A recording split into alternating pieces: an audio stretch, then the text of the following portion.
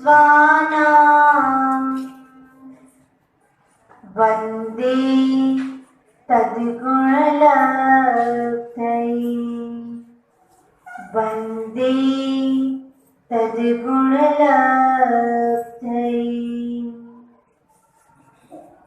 तुभ्यं नमः रविसमा तव तेजकाय तुभ्यं नमः शशिसमोज्ज्वल वैभवाय तुभ्यं नमो दुरितजाल विनाशनाय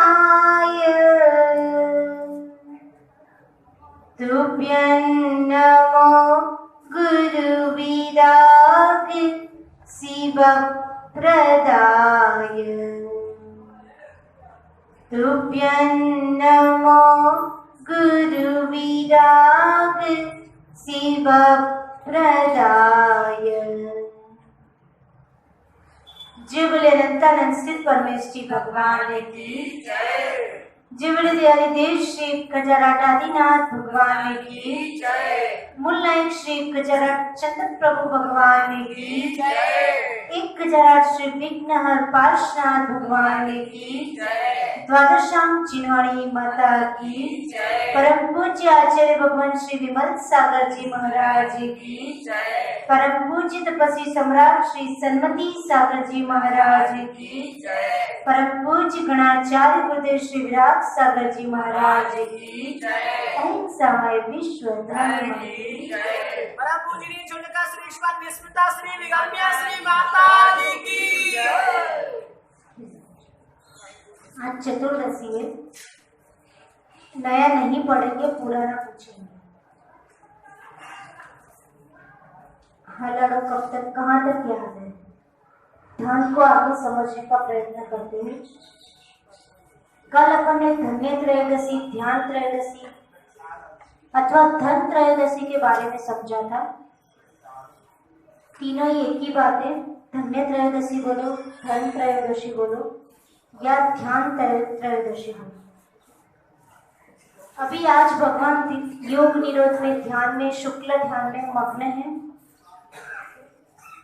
उन्होंने सब कुछ कल छोड़ दिया था, समोशरण जैसी विभूति का भी त्याग कर दिया था और अपने जीवन को धन्य बनाया था और अपन लोगों को एक मैसेज दिया था कि इतनी बड़ी विभूति का भी उन्होंने 1 मिनट में त्याग कर दिया, एक क्षण में त्याग करके अपने जीवन को धन्य किया और ध्यान में मस्त हो गए थे। और आज भी उनका ध्यान चल रहा है। 2 दिन तक लगातार वो प्रतिमा योग धारण करके एक स्थान पर ध्यान में मग्न है। ये उनके वर्तमान पुरुषार्थ को इंडिकेट करता है। कर्म तो तब भी थे जब अरिहंत परमेष्ठी थे, तब पराधीनता तब भी थी जब अरिहंत परमेष्ठी थे, लेकिन उन्होंने अपने वर्तमान पुरुषार्थ को और स्ट्रॉन्ग कर दिया। समोशरण की जो पराधीनता थी उसको भी त्याग कर दिया और सिर्फ कर्म जो बचे थे उस कर्मों को डिस्ट्रॉय करने के लिए वर्तमान पुरुषार्थ को उन्होंने क्या कर दिया, और स्ट्रॉन्ग बना दिया। उन्होंने अपने मेडिटेशन को और पावरफुल बना दिया, जिससे जो शेष कर्म है और जो शेष आयु है उसको भी क्या कर सके, वो फिनिश कर सके। तो इसके लिए जब आयु को थोड़ा करके उन्होंने उनका भी क्या कर दिया, ध्यान के माध्यम से क्षय करना स्टार्ट कर दिया। तो अपन भी उस कर्म सिद्धांत को थोड़ा समझने का और प्रयत्न करते हैं। परसों अपन ने देखा था कर्म सिद्धांत में कि कर्मवादी भी नहीं होता जैन दर्शन। जैन दर्शन अकेला कर्मवादी भी नहीं है, जैन दर्शन अकेला पुरुषार्थवादी भी नहीं है और जैन दर्शन अकेला भाग्यवादी भी नहीं है। कोई अकेला कर्म पर बिलीव करके बैठ जाए तो भी जैन दर्शन अलाउ नहीं करता, कोई भाग्य के भरोसे बैठ जाए तो भी जैन दर्शन अलाउ नहीं करता, और कोई ये सोचे कि मैं अपने हार्ड वर्क, अपने स्मार्ट वर्क, अपने पुरुषार्थ से मैं सारे कर्मों को डिस्ट्रॉय कर लूंगा अथवा जैसा मैं उसका फल चखने का ट्राई करूं वैसा ही चखूंगा, तो ऐसा नहीं है। तीनों का ही बैलेंस बना के अपने को तीनों में साम्य भाव रख के तीनों की प्रोसेस को अच्छी तरह से जीवन में समझ करके कर्म सिद्धांत को अपने हर एक शब्दों में उतारना होगा, हर एक थॉट्स में उतारना होगा और लाइफ के हर एक एक्शन में उस तीनों चीजों का बैलेंस बनाते हुए जीवन में आगे बढ़ना होगा। एक छोटी सी स्टोरी सुना दूं। एक व्यक्ति था, वो खेती करता था, फार्मिंग। तो हर साल जब देखो तब वो रोता रहता था। क्यों रोता था? कि कभी वो कंप्लेन करता था कि मेरी सारी फसल इल्लियों ने खा ली, इल्ली लग गई खेत में पूरे। ठीक। फिर कभी कभी वो इसलिए रोता था कि इस बार ज्यादा पानी बरस गया तो फसल सारी डिस्ट्रॉय हो गई। कभी कभी इसलिए रोता था कि इस बार बिल्कुल पानी ही नहीं बरसा, इसलिए रोने लगता था। कभी कभी इसलिए रोता था कि जानवरों ने आकर के मेरी सारी फसल आ गई थी, उसके बाद सारा खा लिया। तो कोई ना कोई रीजन के कारण वो हमेशा रोता रहता था। कभी बाढ़ आ गई, कभी बारिश नहीं आई, कभी जानवरों ने फसल खा ली, कभी इल्ली लग गई। तो हर बार वो बहुत रोता था। सभी लोग उनको क्या आकर के समझाते थे। पुरुषार्थ करता था, वो पूरी मेहनत करता था, तब तो फसल आ रही थी। लेकिन ये कोई ना कोई रीजन आने के कारण क्या हो जाता था, उसका सारी फसल डिस्ट्रॉय हो जाती थी। तो लोगों ने आकर उसको सांत्वना देते कि रो मत, कुछ नहीं हो गया, है ना। वो रोता था तो लोग क्या करते थे, हमदर्दी सुनाते थे। और दुनिया भी ऐसी, आप यदि रोगे तो लोग आ करके क्या करेंगे, आपको बड़े प्रेम से, आप जिस टून में सुनना चाहते हो, जिस तरह से आप अपने मन को सेटिस्फाई करना चाहते हो, वैसी ट्यून में लोग आपको समझाते हैं, है ना। जैसे आप रो रहे हो तो आपको जिस बात से कंप्लेन है, उसी ट्यून में लोग आपको समझाएंगे, उसके ऑपोज में जाके नहीं समझाएंगे। यदि उसके ऑपोज में जाके समझाएंगे तो आप क्या बोलोगे, क्या एक तो मैं वैसे ही परेशान और तुम और मेरे को प्रवचन देने आ रहे हो और मेरे को पता नहीं, मेरे को हमदर्दी दिखा रहे हो, मेरे को शांत कर रहे हो और मेरे को और टेंशन में डाल रहे हो। तो व्यक्ति क्या करता है, सही हो अथवा गलत, यदि सामने वाला थोड़ा नर्वस है तो उसकी लैंग्वेज में जो उसको अच्छा लगेगा, भले वो गलत है तो भी वैसा ही समझाया जाता है। और फिर बाहर जाके क्या करेगा, वहां तो बड़ी हमदर्दी दिखाएगा, बहुत अच्छे से आपको जैसा सुनना है वैसा ही सुनाएगा और एकदम आपके दुख में ऐसा लगेगा 100% सहभागी बन के आपके दुख को अपना दुख समझ करके वो आपको कह रहा है। और बाहर जाके वो क्या करता है, बिल्कुल बुद्धू व्यक्ति है। ये कोई रोने की बात है? फसल नहीं, तो फसल जानवरों ने खा ली तो उसको पहले ध्यान रखना था, अब रोने से क्या होगा। तब क्या कहा, कोई बात नहीं, खा ली तो उनके पेट में गया, अब समता रख लो, क्या कर सकते, अब तो चिड़िया चुग गई खेत। ऐसे अच्छे से उसको समझा दिया और बाहर आके दुनिया भर में क्या कहेगा, उसकी तो हर साल की आदत है, जब देखो तब रोता रहता है, खुद ध्यान रखता नहीं है, जानवरों ने फसल खा ली तब रोने लगा। तो इंसान ऐसा होता है, आपको लगता है कि वो मेरा है और मेरे को अच्छे से समझा रहा है, मेरा एकदम फ्रेंड है, मेरा हमदर्द है, लेकिन कोई होता नहीं है। आपके सामने अच्छे से बोला जाता है, बाहर जाके दुनिया को क्या बोला जाता है, वो बुद्धू का बुद्धू है, उसको ध्यान नहीं है कि यदि पानी ज्यादा बरस जाता है तो कैसे अनाज को प्रोटेक्ट किया जाता है। यदि पानी कम बरसता है तो अपन कुछ ऐसी अरेंजमेंट करके रखते हैं कि जिससे खेत में सफिशिएंट वाटर पहुंच जाए, तो उसकी अरेंजमेंट करनी चाहिए। रोता है, हर साल की आदत है इसकी, है ना। तो दुनिया इस तरह से आपकी क्या करती है, सामने हमदर्दी, पीठ पीछे बुराई। तो इसलिए किसी के सामने ज्यादा रोते रहोगे तो लोग आपका क्या करते हैं, बाद में जाके मजाक ही उड़ाते हैं। तो ये तो बात ही, व्यक्ति की भी लोग ऐसा ही कर रहे थे, खूब हमदर्दी दिखाया जा रहा था और बाद में लोग उसकी गांव में बड़ी हंसी होती थी। फिर एक बार उसका पुण्योदय जगह, पुरुषार्थ तो वो कर रहा था लेकिन पूरा पुरुषार्थ नहीं कर रहा था, तभी कोई ना कोई रीजन होगा या उसका भाग्य ऐसा होगा।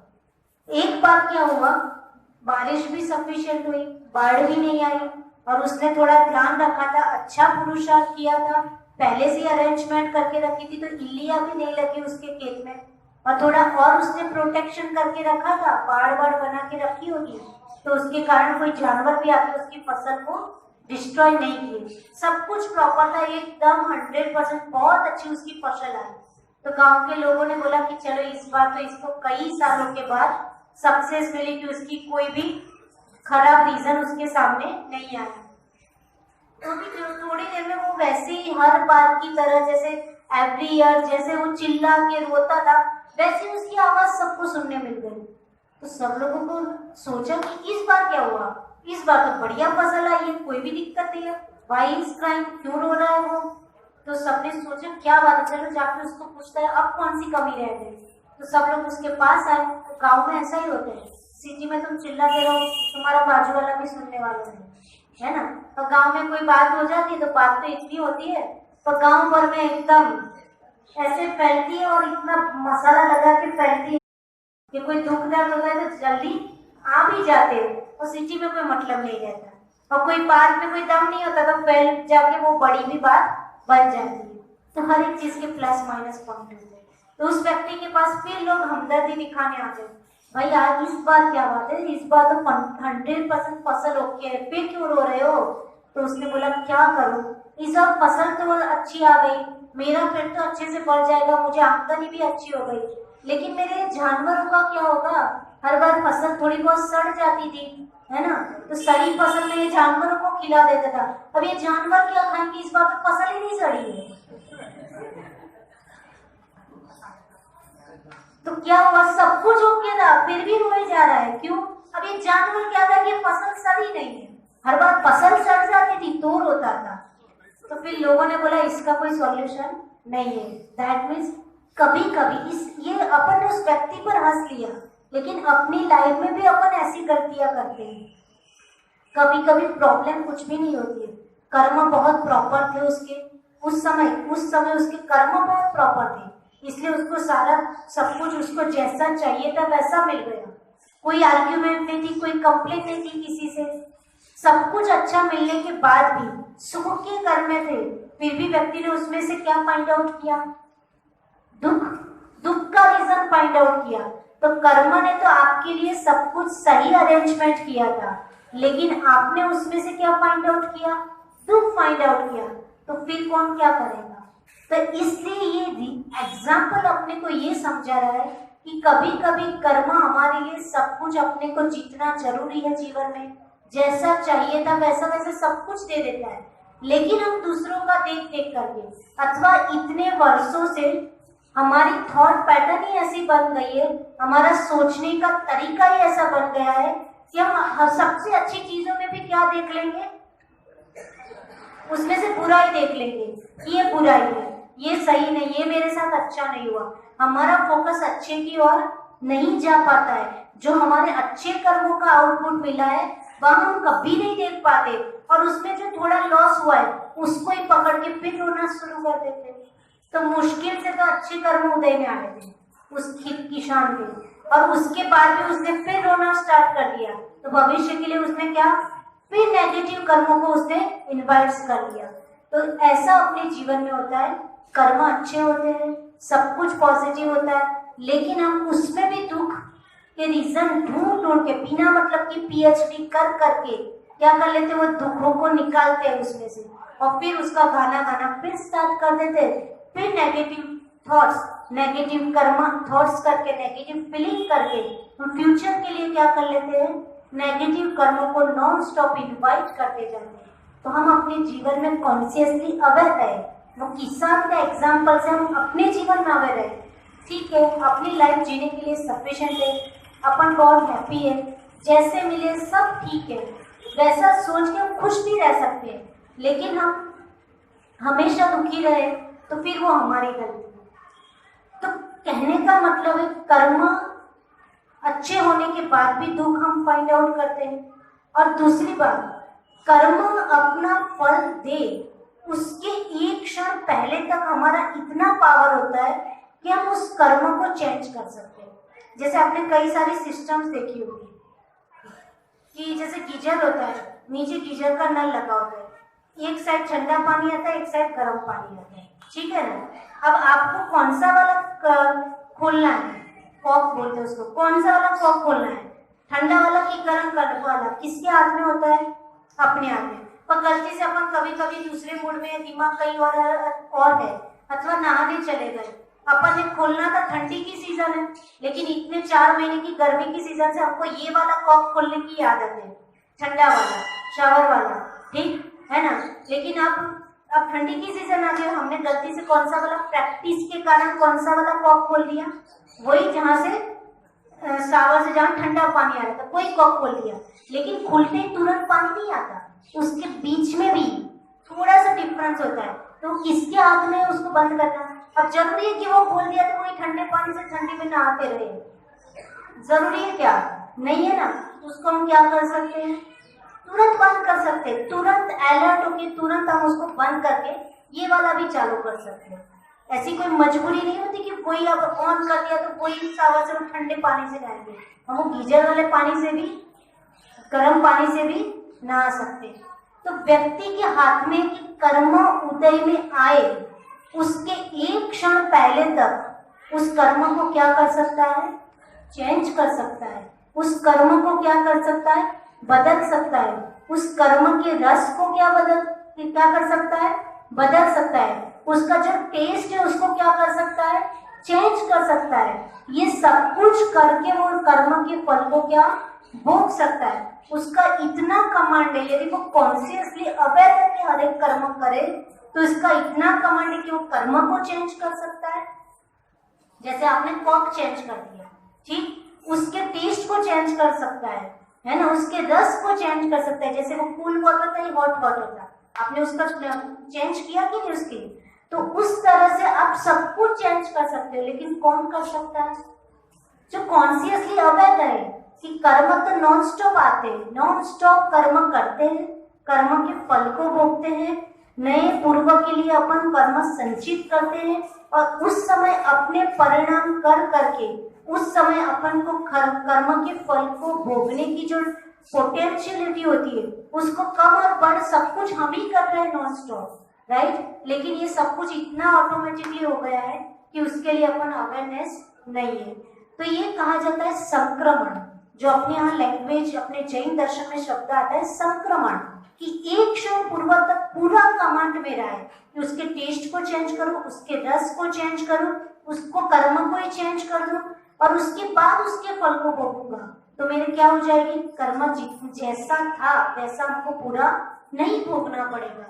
तो ऐसा तो हो सकता है कि हम अपने वर्तमान पुरुषार्थ को बढ़ा लें और कर्म को भोगने की, कर्म के फल, कर्म बंध की प्रक्रिया का जो अज्ञानता है उसको हम कम कर ले। रोज अपन किस लिए यहाँ इकट्ठे हो रहे हैं कि इसके बारे में हम और नॉलेज इकट्ठा करें और ज्ञान प्राप्त करें, बार बार सुन के हम कॉन्शियसली अवेयर हो जाए कर्म करने के लिए, ठीक। तो ये जो अज्ञानता को कम कर ले और वर्तमान पुरुषार्थ की जो हमारी हीनता है, हमारा कोई पुरुषार्थ नहीं होता कर्मों के ऊपर, जैसे आते वैसे भोगते जाते हैं और नए पालते जाते हैं।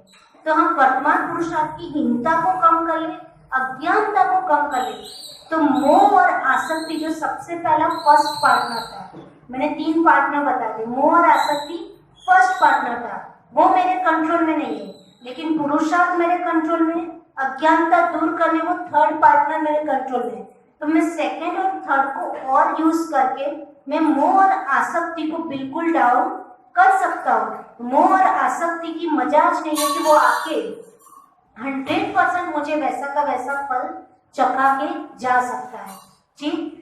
जैसे अज्ञानता से हमने कई कर्म बांध लिए, जीवन में कई बार ज्ञान ही नहीं था, बांध लिए, पता ही नहीं था रात्रि भोजन करने में पाप लगता है, पता ही नहीं था कि ये साबूदाना खाने से पाप लगता है, तो हमने बहुत सारे कर्म बांध लिए। लेकिन जरूरी नहीं है कि उस कर्म का फल जब उदय में आए, ठीक, आउटपुट मुझे मिले, तब मैं उसी अज्ञानता के साथ भोगूं, तब मैं उसे ज्ञान के साथ भी भोग सकता हूँ। क्यों? क्योंकि अब धीरे धीरे मैंने क्या बढ़ा लिया है, अपना ज्ञान बढ़ा लिया है। तो अज्ञानता के साथ कई कर्म बांधे, लेकिन ये जीव की कोई मजबूरी नहीं है कि जब उसका फल उदय में आए तब भी उसको कैसे भोगे, अज्ञानता के साथ ही भोगे। तब ज्ञान के साथ भी भोग सकता है। कैसे भोग सकता है ज्ञान के साथ? वेरी गुड, है ना। कई बार ऐसा होता है कि कर्म थोड़े होते हैं पर हमने बड़ा बना लिया। कैसे बड़ा बना लिया? उसकी चिंता करके, उसका टेंशन करके, दुनिया को कह के हमने क्या कर दिया, उस कर्म को खींच तान के, बात छोटी थी बड़ी कर ली और नए कर्म बांध लिए। लेकिन कई बार कई जीव इतने समझदार होते हैं कि उस चीज को पेशेंस से सहन कर लेते हैं, पेशेंस रख के उस चीज को इम्पोर्टेंस नहीं देते, उस चीज को ज्यादा महत्व नहीं देते, तो वो चीज क्या हो जाती है, डिस्ट्रॉय हो जाती है। क्योंकि हर एक चीज की एक लिमिटेशन है ना, उतने ही टाइम पीरियड तक रहने वाला है, लेकिन हमने उतनी चिंता कर करके उसको बहुत बढ़ा देते हैं। तो कई लोग बिल्कुल पेशेंस रख के उस चीज को क्या लेट गो कर लेते हैं। तो ठीक, तो क्या हो जाएगा इससे, क्या हो जाएगा इससे, कर्म को हम क्या कर सकते हैं, चेंज कर सकते हैं। इस तरह से कर्म को हम जितना फल भोगना था उतना हमने उसको नहीं भोगा। जैसे कोई व्यक्ति है, मेहमान अपने घर में आ गए, अथवा कोई भी व्यक्ति को हमने धोखे से हम जानते नहीं थे, किसी ने बोला ये व्यक्ति आपके घर में काम करने के लिए बहुत अच्छा है, हमने उसको रख लिया, धोखे से रख लिया, फिर पता चला वो सही नहीं है, तो क्या अपन रखेंगे, है ना। कोई व्यक्ति को ऐसे एम्प्लॉय हमने अपनी दुकान पे रख लिया, हमको पता चला कि व्यक्ति सही नहीं है, तो क्या हम रखेंगे, क्या मजबूरी है क्या उसको रखना, रखेंगे क्या, रखना ही पड़ेगा। 1 महीना पूरा होगा तब तक रखना ही पड़ेगा, नहीं, हम उसको कभी भी निकाल सकते हैं, आज अभी भी निकाल सकते हैं। कोई मेरी मजबूरी नहीं है कि उसको 1 महीने की सैलरी देनी ही पड़ेगी अथवा रखना ही पड़ेगा। वैसे ही कर्म होते हैं, उसके पीछे कोई मजबूरी नहीं है कि जिस अज्ञानता से, जिस तीव्रता से मैंने उस कर्म को बांधे थे, वैसे के वैसे मुझे भोगना पड़ेगा। यदि मैं उसको इतना सबक सिखा सकती हूँ उस व्यक्ति को कि अब दोबारा वो यहाँ पे मेरी शॉप पे फिर से ना आए, सिखा देते कि वो दोबारा हमारी शॉप के सामने ना देखे, और इतनी सबक सिखा देते कि दोबारा किसी के साथ जाके ऐसा धोखाधड़ी ना करे। इतना हम पावर रखते हैं। बोले मैंने तो उसको अच्छा सबक सिखा दिया, उसको तो सिखा दिया, व्हाट अबाउट योरसेल्फ। ऐसा हमने कभी अपने कर्मों को भी सबक सिखाया? वहां तो रोने गाने लगते हैं, है ना। तो हम, कोई जरूरी नहीं कि उसको जिंदगी भर अपने वहां रखे, उसको तुरंत अपन निकाल देते और आगे के लिए भी अलर्ट कर देते। वैसे ही कर्मों को हमने जैसा भोगा है वैसा जरूरी नहीं कि हम वैसे ही भोगते जाए, हम तुरंत उसके पहले इतना पावरफुल अपना पुरुषार्थ बना के उसको डिस्ट्रॉय कर सकते हैं, ठीक है ना। क्योंकि कर्म किसने किए हैं? मैंने किए, मेरे ही संचित कर्म है, मेरी ही प्रॉपर्टी है।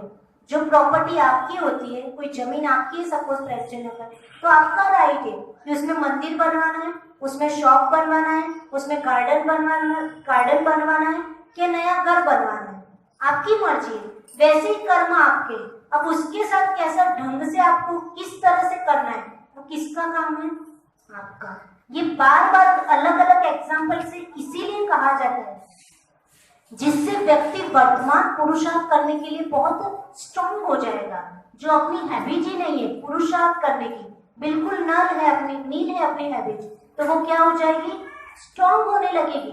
बार बार रोज प्रवचन में अलग अलग एग्जाम्पल से सुनने में आ रहे, नहीं ये मेरे कर्म है, मैं उसके टेस्ट को चेंज कर सकता हूँ, उसके कलर को चेंज कर सकता हूँ, उसकी पोटेंशियलिटी को चेंज कर सकता हूँ। ठीक, creation is not more than the creator. Bharat uncle, creation is not more than the creator. क्या आपने कोई चीज बनाई वो आपसे बड़ी है? कोई भी कलाकृति कलाकार से बड़ी नहीं होती। भरत अंकल कोई तो है, कोई भी कलाकृति कलाकार से बड़ी नहीं होती, क्योंकि वो बनाई किसने है? कलाकार ने। तो वो कोई चीज है जो क्रिएशन है, वो कलाकार से बड़ी नहीं हो सकती। वैसे ही कर्म बनाए किसने है? तो हमसे बड़े वो नहीं है। फिर वो हमको कैसे रुला सकते हैं, है ना? वो हमको दुखी कैसे कर सकते हैं? क्योंकि किए किसने? उसके कलाकार कौन हो? कर्मों के करने वाले आप। कर्म आपके ही हाथ का मैल है कि नहीं? कर्म आपने किया है, तो फिर वो आपसे बड़े नहीं है, आपसे बड़े वो नहीं है। उसको पूरा चेंज करना किसके हाथ में है? आपके हाथ में, ठीक है ना। उसकी शक्ति को क्या कम कर देना किसके हाथ में? आपके हाथ में। लेकिन हम क्या करते हैं? अपने थॉट से, अपने विचारों से, अपनी फीलिंग, यानी कर्म के उदय के समय अपने मन में जो फीलिंग जनरेट होती है उससे उस कर्म को हम बार बार स्टॉप बना देते हैं।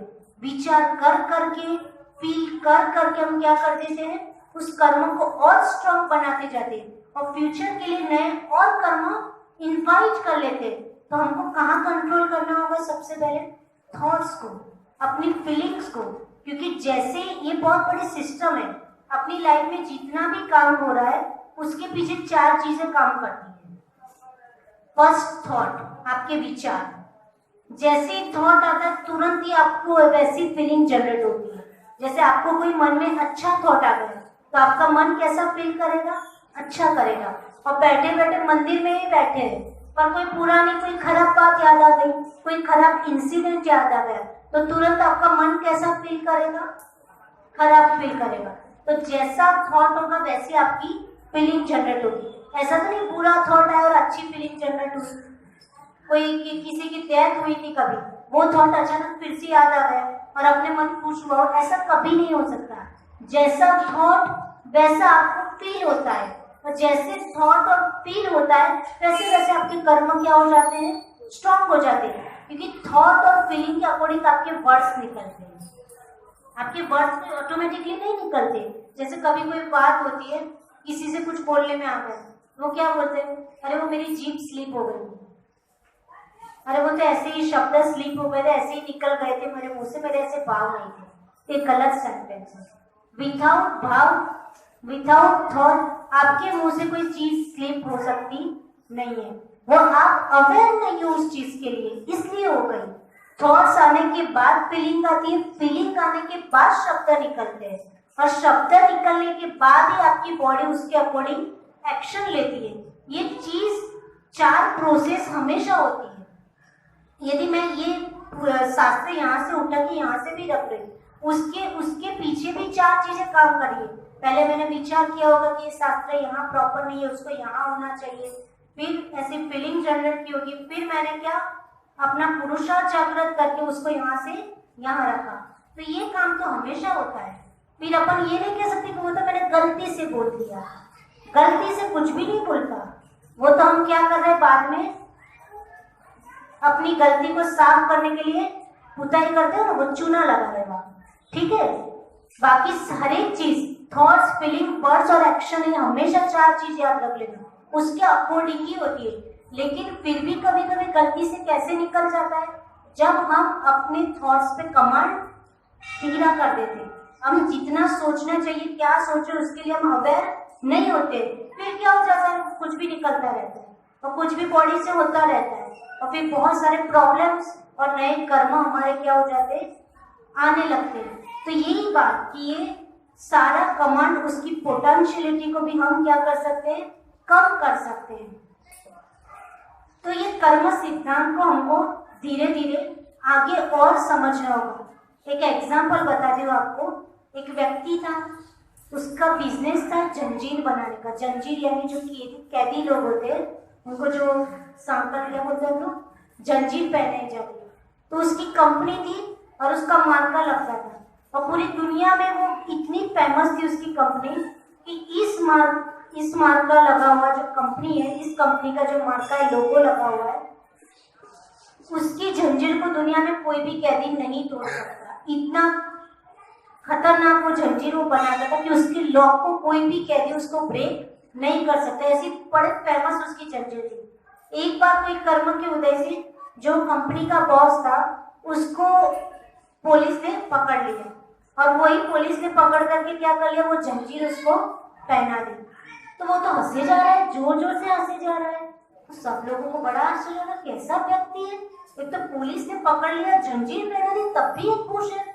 उतने में एक साधु महाराज बाजू में से निकल गए। बड़ा अजीब व्यक्ति है, ये तो मेरे से भी महान है, ये दुख के पलों में भी हंस रहा है। पुलिस ने पकड़ लिया, गाड़ी में बिठा के जेल में पूरने ले जा रहा है, तब भी ये हंसे जा रहा है। तो साधु महाराज उसके पीछे पीछे जाने लगे। बात क्या है? कोई तो बात है। ऐसा कोई व्यक्ति नहीं होता कि उसके फेस पे स्माइल आए। ठीक है, रोना धोना ना आए, पर स्माइल तो नहीं आ सकती, कोई बात जरूर है। फिर उस व्यक्ति हंसे जा रहा था तो पुलिस को और गुस्सा आया। जैसे बच्चे होते हैं, मस्ती करते, माँ यदि डांटे और फिर भी वो ज्यादा अपना दिखाए तो माँ को और गुस्सा आता है, इतना बदतमीज व्यक्ति है, एक तो डांट रहा है फिर भी तो हंसे जा रहा है, कोई असर नहीं हो रही है तुम पे। तो पुलिस को भी बहुत गुस्सा आया। तो पुलिस ने क्या किया?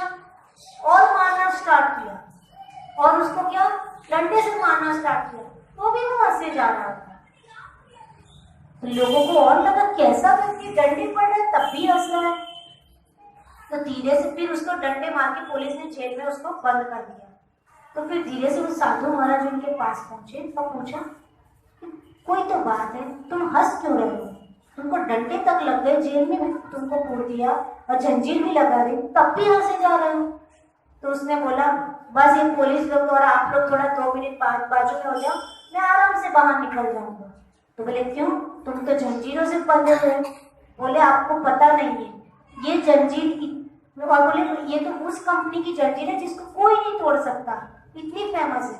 तो बोले कोई बात नहीं, इस जंजीर को दुनिया में कोई नहीं तोड़ सकता और आपको पता नहीं ये मेरी कंपनी की जंजीर है और ये मैंने ही क्रिएट की है। हमारी कंपनी में मैं ही इसका बॉस हूँ और इसको मैं बनवाता हूँ, इसलिए मुझे पता है दुनिया में कोई ना तोड़ सकता हो, लेकिन मुझे पता है कि ये जंजीर कौन तोड़ सकता है, मैं तोड़ सकता हूँ। खाली आप लोग थोड़े बाजू में हो जाओगे, मैं 2 मिनट में इसको तोड़कर यहाँ से 2 4 11 सब निकल जाऊंगा यहाँ से। तो इससे क्या सीख मिली कि कर्मों की जंजीर भी किसने बनाई है? हमने ही बनाई है, और कोई तो बनाने आया नहीं था। ठीक, जब कर्मों की जंजीर हमने बनाई है, जैसे उस व्यक्ति को हंसी आ रही थी कि मेरी जंजीर मैं तोड़ दूंगा, वैसे ये कर्मों की जंजीरों को देख के हमको रोना थोड़ी है, ये मैंने ही बनाया, अब मैं ही रास्ता निकालूंगा कि इसको तोड़ेगा कौन। तो हमको कर्म के फल को भोगते समय रोना नहीं है, हमको कर्म के फल को भोगते समय मेरे ही कर्म है, अब मैं ही तो तोड़ूंगा।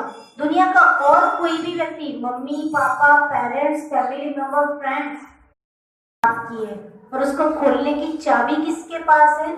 आपके पास है।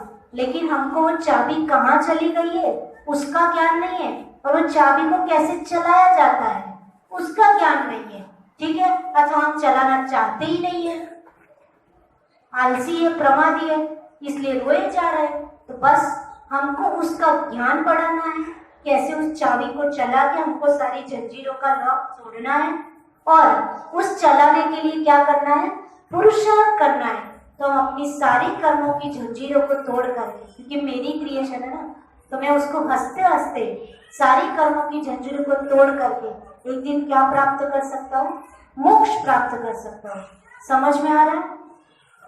तो आज अपन ने इतना ही सीखा कि कर्मों की जंजीर मैंने बनाई है, और मैं उसको आराम से हंसते हंसते उस व्यक्ति की तरह हंसते हंसते उसको सारे लॉक उसके खोल दूंगा।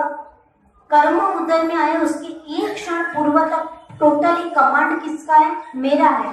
मैं उसको डिस्ट्रॉय चेंज कर सकता हूँ, पोटेंशियलिटी के चेंज कर सकता हूँ, कम कर सकता हूँ, उसके टेस्ट को उसके कलर को चेंज कर सकता हूँ। सारी जवाबदारी मेरी ही है, क्योंकि मेरे कर्म है, किसी और के नहीं है।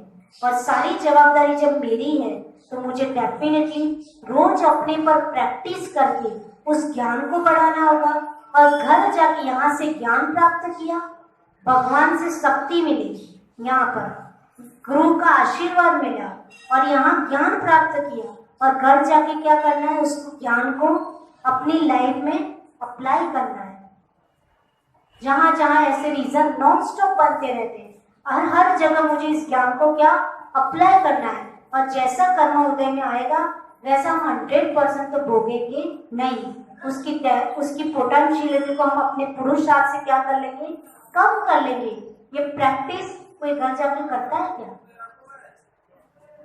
हम रोज बोलते हैं, अकेला प्रवचन सुनने से कुछ नहीं होगा, प्रैक्टिस थोड़ी थोड़ी घर में करेंगे, फिर इतनी प्रैक्टिस करके हमने इतना पुण्यास्त्र कर लेंगे कि हमको क्या कभी दीक्षा लेने के पाओगे, फिर हमारी प्रैक्टिस थोड़ी थोड़ी थी, वो दीक्षा लेने के बाद और स्ट्रांग हो जाएगी, और वो प्रैक्टिस करते करते एक दिन हमको जब अपना समय आएगा तब तक हम अच्छी प्रैक्टिस करते जाएंगे। भले पंचम काल में मोक्ष नहीं है, लेकिन हमने पुरुषार्थ करने की तो प्रैक्टिस कर ली, तो करते करते जब चौथा काल आएगा तब हमारी अच्छी प्रैक्टिस होगी, तो हमारी आत्मा क्या करेगी? अच्छा काम करके, जैसे ही अच्छा इंसिडेंट ऐसे सहयोग मिलेंगे तो मोक्ष प्राप्त कर लेंगे। लेकिन प्रैक्टिस तो आज से करनी पड़ेगी। व्यक्ति बचपन से ही डॉक्टर नहीं बनता, उसको LKG UKG सब पढ़ के 25 क्लास पढ़नी पड़ती है, तब जाके वो MD बनता है ना? बनता है कि नहीं? ऐसे ही अपने को आज से ही अपनी प्रैक्टिस शुरू करेंगे तो जब चौथा काल आएगा तब तक हमारी आत्मा की जो प्रैक्टिस करने की, जो रिकॉर्डिंग करने की, जो संस्कार की जो रिकॉर्डिंग होगी वो प्रॉपर रहेगी। तो फिर अच्छे काल में हम क्या कर लेंगे, अपनी आत्मा का कल्याण इजीली कर लेंगे।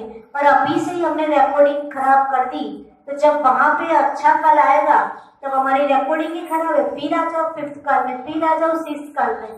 फिर ऐसे तो कई 24 या बीत गए, लेकिन अपन तो वैसे के वैसे ही रह गए। तो आज पुण्य उदय से गुरु मिले, जिनवाणी मिली है, कोई समझाने वाला मिला है, अच्छी समाज मिली है, अच्छे लोग मिले हैं। तो उन सबका यूज करके अपने वर्तमान पुरुषार्थ को स्ट्रॉन्ग करके माइंड, थॉट्स और वचन, थॉट्स, वर्ड्स एंड एक्शन को प्रॉपरली यूज करके हम अपने कर्मों के ऊपर पुरुषार्थ करना और उसके बारे में ज्ञान बढ़ाना आज से ही स्टार्ट कर दें तो हमारी जीवन एक दिन डेफिनेटली अच्छा बन जाएगा और हम एक ना एक दिन मोक्ष को इजीली प्राप्त कर लेंगे। जब चौथा काल आएगा तो शायद सबसे पहला नंबर अपना ही, ऐसा सोच करके सबसे पहला नंबर हमारा ही लगे। जैसे कोई व्यक्ति लाइन में खड़ा होता है तो क्यों खड़ा होता है? अब जैसे 8 बजे पानी आने वाला है, अब बहुत बड़ी लाइन लगती है तो व्यक्ति 6 बजे जाके बाल्टी लेके वहां बैठ जाता है। क्यों बैठ जाता है? कि सबसे पहला नंबर हमारा ही लगे। तो हम आज से प्रैक्टिस करें तो जब अच्छा समय आएगा तब सबसे पहला नंबर किसका लगे? हमारा लगे। ऐसा सोच करके हम अच्छी प्रैक्टिस शुरू करें और वही प्रैक्टिस करना ही प्रवचन सुनने का सार है। बाकी तो ठीक है, पुण्याश्रम कर रहे हैं, लेकिन पुण्याश्रम के बाद भी हमको कुछ आगे बढ़ना है। ऐसा सोच के हम अच्छे जीवन में अच्छे कार्य करते रहे इसी पुनीत भावना के साथ। जय बोले गणाचार्य गुरुदेव श्री व्यास सागर जी महाराज जी की।